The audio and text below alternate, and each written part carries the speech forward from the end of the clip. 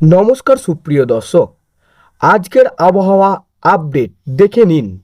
ভিডিওগুলি যদি আপনাদের ভালো লাগে অবশ্যই শেষ পর্যন্ত দেখবেন এবং লাইক করবেন এবং চ্যানেলটিকে সাবস্ক্রাইব করবেন।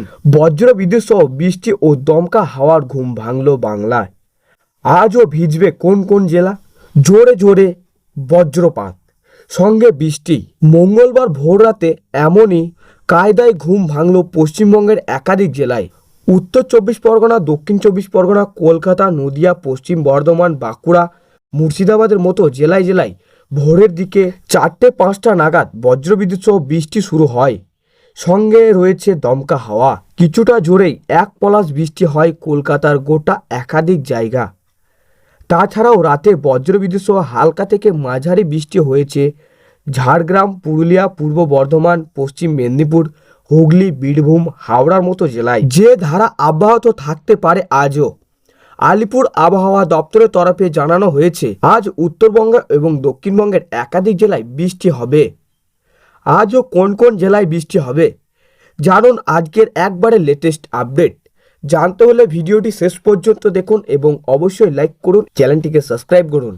আপাতত যা পূর্বাভাস তাতেই দক্ষিণবঙ্গের সব জেলাতেই কলকাতা, হুগলি, উত্তর চব্বিশ পরগনা, দক্ষিণ চব্বিশ পরগনা, পূর্ব মেদিনীপুর, পশ্চিম মেদিনীপুর, ঝাড়গ্রাম, পুরুলিয়া, বাঁকুড়া, পূর্ব বর্ধমান, পশ্চিম বর্ধমান, বীরভূম, মুর্শিদাবাদ ও নদিয়ায় ভিজবে।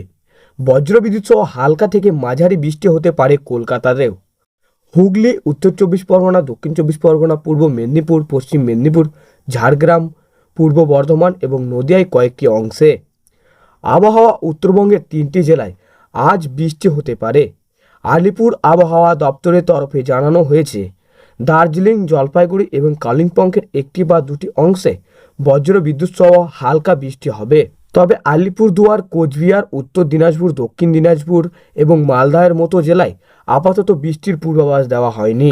আজকের পর কি চলবে বাংলায়? স্বাভাবিকের এই বৃষ্টির স্থায়িত্ব বেশি দিন হবে না। আবহাওয়া দপ্তরের তরফে জানানো হয়েছে আজ পর্যন্ত বৃষ্টি হবে, তারপর শুষ্কই থাকবে পশ্চিমবঙ্গের বিভিন্ন জেলার আবহাওয়া।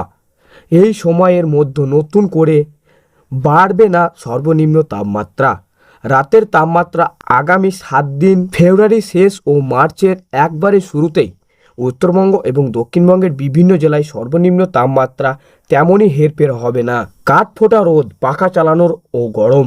তবে গরম যে ভালো মতোই পড়ে গিয়েছে সেটা ইতিমধ্যেই টের পাওয়া যাচ্ছে।